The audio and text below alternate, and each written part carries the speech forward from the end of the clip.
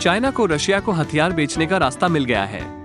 TikTok के CEO Congress से झूठ बोलते हैं और यूएस इंटेलिजेंस आखिरकार खुलासा कर सकता है कि कोविड कहां से आया। इस सप्ताह की चाइना न्यूज हेडलाइंस में और भी बहुत कुछ।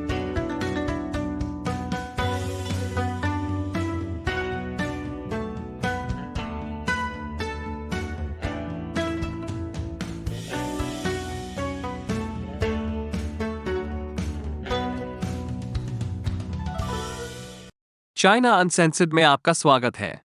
मैं क्रिस चैपल हूं। यह एपिसोड इनकॉग्नी द्वारा प्रायोजित है। आप शायद जानते हैं कि कंपनियां आपका व्यक्तिगत डेटा एकत्र कर रही हैं और आपको पता नहीं है कि वे इसके साथ क्या कर रहे हैं। इनकॉग्नी उन्हें रोकने में मदद करता है। मैं अंत में और अधिक समझाऊंगा। शी जिनपिंग ने इसी सप्ताह व्लादिमीर पुतिन से मुलाकात की। ये पिछले एक दशक में उनकी 40वीं मुलाकात है। यह मुझे दुखी करता है क्योंकि यह मेरे अपने माता पिता से मिलने की तुलना में अधिक बार है। शी जिनपिंग की मास्को यात्रा ने रूस को एक बड़ा बढ़ावा दिया, लेकिन कम से कम चीन द्वारा रूस को हथियार देने का कोई सार्वजनिक वादा नहीं किया गया था। हाँ, कोई सार्वजनिक वादा नहीं। लेकिन यह जानकर आश्चर्य नहीं होगा कि रूस चीन से हथियार प्राप्त कर रहा है।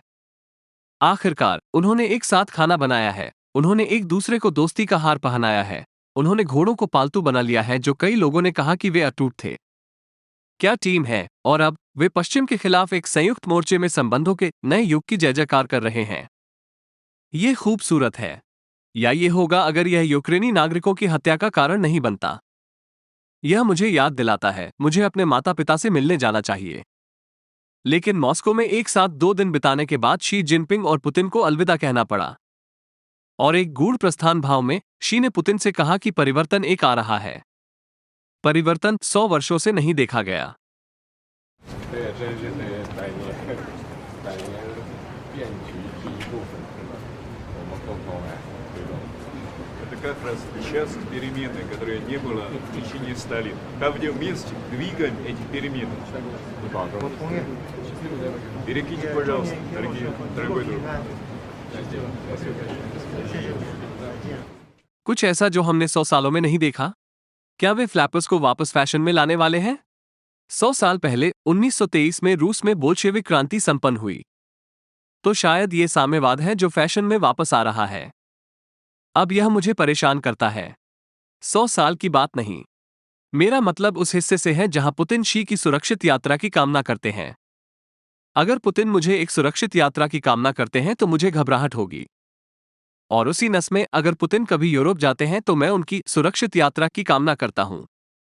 क्योंकि अंतर्राष्ट्रीय आपराधिक न्यायालय ने यूक्रेन में रूस के कथित युद्ध अपराधों पर पुतिन के लिए गिरफ्तारी वारंट जारी किया है। उन अपराधों में यूक्रेनी बच्चों को चुराना और उन्हें पूरे रूस में शिविरों में रखना शामिल है।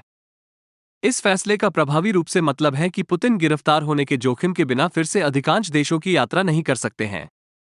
मुझे यकीन है कि वो अभी भी चीन की यात्रा कर सकता है, क्योंकि ज्यादातर जगहों पर बच्चों का अपहरण करना और उन्हें शिविरों में रखना एक युद्ध अपराध है। चीनी कम्युनिस्ट पार्टी के लिए यह सिर्फ एक शौक है।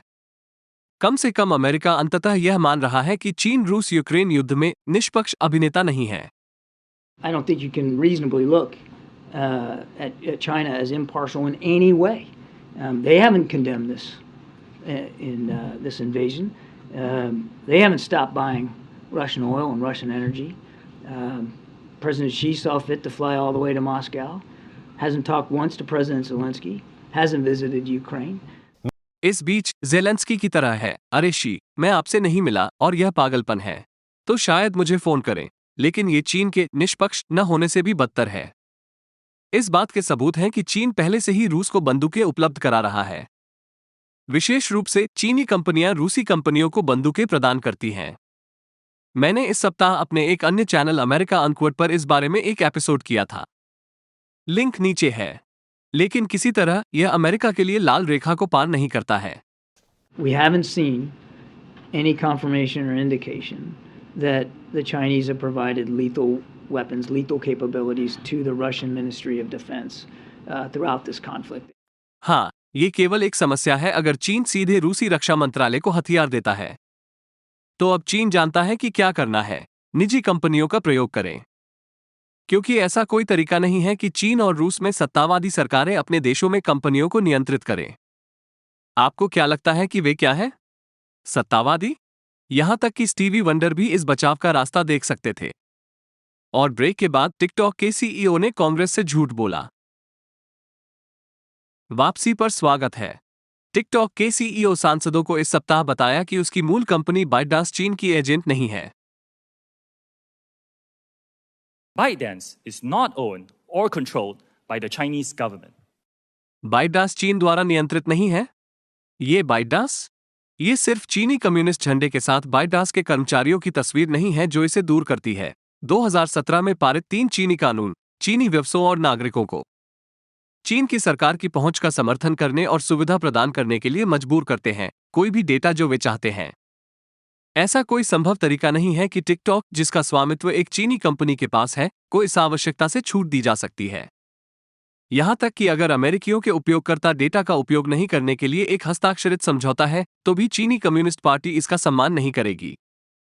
स्टीवी वंडर की तरह गंभीरता से, दोस्तों, तुम इन चीजों के प्रति मुझसे अधिक अंधी कैसे हो? आप बता सकते हैं कि सीसीपी इसका सम्मान नहीं करेगी, क्योंकि टिकटॉक उपयोगकर्ता डेटा को पहले ही चीन से बार बार एक्सेस किया जा चुका है।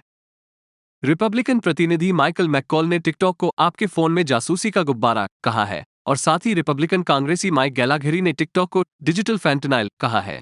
मुझे पता है कि वे इसे डरावना बनाने की कोशिश कर रहे हैं, लेकिन डिजिटल फैंटनल ले जाने वाले जासूसी गुब्बारे एक अद्भुत फोन गेम की तरह लगते हैं। टिकटॉक के सीईओ अब प्रोजेक्ट टेक्सास नामक कुछ पिच कर रहे हैं, जो अमेरिका में उपयोगकर्ता डेटा को रखेगा। वो टिकटॉक को भारत की तरह अमेरिका में भी पूरी तरह से प्रतिबंधित होने से रोकने की उम्मीद कर रहा है। लेकिन चीनी कम्युनिस्ट पार्टी के बारे में जो कुछ भी हम पहले से जानते हैं, उसे देखते हुए ये झूठ है। प्रोजेक्ट टेक्सास अमेरिकियों के डेटा की सुरक्षा नहीं करेगा। यह आदमी झूठ बोल रहा है, या वो मूर्ख है।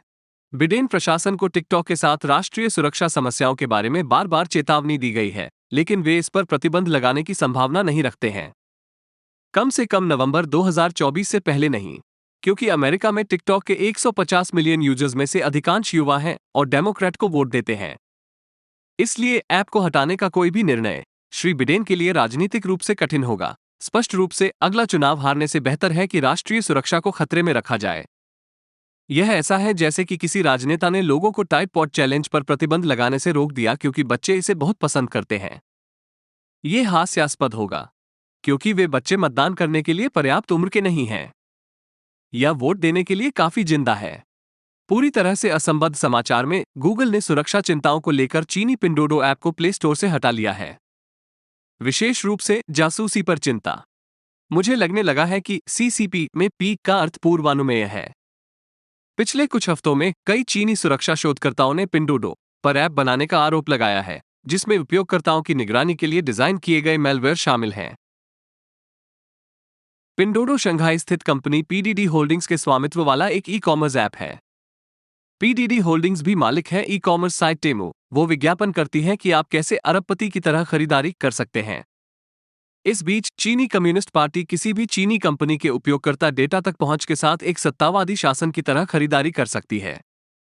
वो नारा शायद उतना आकर्षक न हो, लेकिन यह अधिक सटीक है। और विराम के बाद यूएस इंटेलिजेंस कोविड के बारे में जो कुछ भी जानता है उसे सार्वजनिक करेगा। वापसी पर स्वागत है। हे, हान डोंग याद है? वो कैनेडियन लिबरल पार्टी का सांसद है जिसे कैनेडियन इंटेलिजेंस ने चेतावनी दी थी कि वो चीनी चुनाव हस्तक्षेप नेटवर्क का एक सक्रिय हिस्सा था। विशेष रूप से उन्होंने जस्टिन ट्रूडो के सहयोगियों को चेतावनी दी, जिन्होंने फिर अपने कानों में अपनी उंगलियां डाल दी और कहा, ला ला ला, मैं आपको सुन नहीं सकता। वो भी वही आदमी था जिसे चीनी अंतर्राष्ट्रीय छात्रों को कथित तौर पर 2019 में वापस वोट देने के लिए मजबूर किया गया था। चीनी वाणिज्य दूतावास ने उन्हें कहा था कि अगर वे अपना वीजा रखना चाहते हैं तो डोंग को वोट दें। कनाडा में सीसीपी के चुनाव हस्तक्षेप पर पिछले एपिसोड में मैंने ये सब कवर किया था। अब कनाडा के खुफिया सूत्र कह रहे हैं कि हान डोंग ने गुप्त रूप से चीनी वाणिज्य दूतावास के एक राजनयिक को 2 माइकल्स को मुक्त करने में देरी करने की सलाह दी। माइकल्स 2 कनाडाई नागरिक हैं जिन्हें सीसीपी द्वारा वर्षों तक कनाडा में हुआवेई सीएफओ मेंग वांझोउ को गिरफ्तार करने के प्रतिशोध में गिरफ्तार किया गया था। हान डोंग ने चीन के महावाणिज्य दूत को 2 माइकल्स को रिहा न करने के लिए क्यों कहा? क्योंकि इससे रूढ़िवादियों को फायदा होगा। डोंग इस बातचीत से इनकार करते हैं। उनका कहना है कि उन्होंने महावाणिज्य दूत से बात की थी, लेकिन दावा किया कि उन्होंने माइकल्स की तत्काल रिहाई की मांग की थी। और फिर उन्होंने लिबरल पार्टी से इस्तीफा दे दिया, हालांकि अभी भी इनकार करते हुए कि उन्होंने कुछ भी गलत किया है। स्पष्ट होने के लिए, वो अभी भी संसद सदस्य हैं, लेकिन अब वो सिर्फ स्वतंत्र है। लिबरल पार्टी की, कम से कम यदि चीनी वाणिज्य दूतावास की नहीं। राष्ट्रपति बिडेन ने कोविड की संभावित उत्पत्ति पर अमेरिकी खुफिया जानकारी जारी करने के लिए एक विधेयक पर हस्ताक्षर किए हैं। उन संभावित मूल में शामिल हैं lab, lab, lab, wait market pangolin and lab. इस जानकारी को सार्वजनिक करने का कानून कांग्रेस द्वारा सर्वसम्मति से पारित किया गया था। यह वुहान इंस्टीट्यूट ऑफ वायरोलॉजी और कोविड के बीच संभावित लिंक के बारे में सभी जानकारी प्रकट करने के लिए राष्ट्रीय खुफिया निदेशक को 90 दिन का समय देता है। लेकिन यूएस खुफिया एजेंसियां अपने डेटा को कांग्रेस के साथ साझा करने से पहले स्रोतों और तरीकों की सुरक्षा के लिए संपादित करेंगी। और मुझे आश्चर्य नहीं होगा अगर इसके जारी होने से पहले कुछ अतिरिक्त कटौती की गई है। आप जानते हैं, उन चीजों का खुलासा करने से बचने के लिए जो चीन को नाराज कर सकती हैं। तो हम बस समाप्त कर सकते हैं। रिडैक्टेड, रिडैक्टेड, रिडैक्टेड, वेट मार्केट पैंगोलिन और संपादित किया गया। संपादित होने की बात करते हुए, एक विनी द पूह हॉरर फिल्म को हांगकांग में खींच लिया गया है, भले ही सरकार का कहना है कि यह स्क्रीनिंग के लिए स्वीकृत है। हुआ ये, मूल विनी द पूह के लिए कॉपीराइट डिज्नी संस्करण नहीं, पिछले साल समाप्त हो गया। तो किसी ने विनी द पूह हॉरर फिल्म बनाने का फैसला किया। क्योंकि ये 2023 है और हम पहले से ही अजीब समयरेखा में रह रहे हैं, तो क्यों नहीं? आगे क्या, एक किशोरी ब्रह्मांडीय डरावनी? मजाक कर रहा हूं। ये पहले से ही एक लौकिक आतंक है। मुझे देखो और निराशा करो। अब, जैसा कि आप जानते हैं, शी जिनपिंग की विनी द पूह से तुलना चीन में अवैध है, क्योंकि यह आदमी बहुत ही सेंसिटिव विटल बी है। लेकिन ये फिल्म राजनीतिक नहीं है। ये सिर्फ एक super low budget British horror film है। यह इस बारे में है कि जब क्रिस्टोफर रॉबिन 100 एकड़ के जंगल में एक वयस्क के रूप में लौटता है, तो जानवर जंगली हो गए हैं और विनी द पूह खून के लिए बाहर है। लेकिन वो बात नहीं है। क्या हुआ? हांगकांग की सरकार ने वास्तव में फिल्म की स्क्रीनिंग को मंजूरी दे दी। इसमें शी जिनपिंग का कोई स्पष्ट संदर्भ नहीं है। विनी द पूह के अलावा एक ठंडे खून वाले हत्यारे हैं, लेकिन यह एक संदर्भ की तुलना में अधिक सादृश्य है। लेकिन उसके सिनेमाघरों में आने से कुछ समय पहले, फिल्म के वितरक ने एक सोशल मीडिया पोस्ट में लिखा कि वे हांगकांग और मकाओ में अपनी खुद की फिल्म की रिलीज को रद्द कर रहे हैं, बिना किसी स्पष्टीकरण के, केवल ये कहते हुए कि निराशा और असुविधा के लिए हमें खेद है। ऐसा लगता है कि यह एक पैटर्न का पालन कर रहा है। हांगकांग का राष्ट्रीय सुरक्षा कानून सर्वथा भयावह है, भारी जुर्माने और लंबी जेल की सजा के साथ। इसलिए लोग किसी अज्ञात रेखा को पार करने से डरते हैं। उदाहरण के लिए, पिछले 2 हफ्तों में पुलिस की स्वीकृति प्राप्त करने के बावजूद 2 जनसभाओं, एक महिला समूह द्वारा और एक ताओवादी समूह को आयोजकों द्वारा अंतिम समय में रद्द कर दिया गया था। इस तरह सरकार कहती है, अरे, हम कुछ भी सेंसर नहीं कर रहे हैं, और लोग सिर्फ डर के मारे खुद को सेंसर कर लेते हैं। इसलिए मुझे लगता है हांगकांग के लोगों को डरावनी फिल्में दिखाने की कोई जरूरत नहीं है।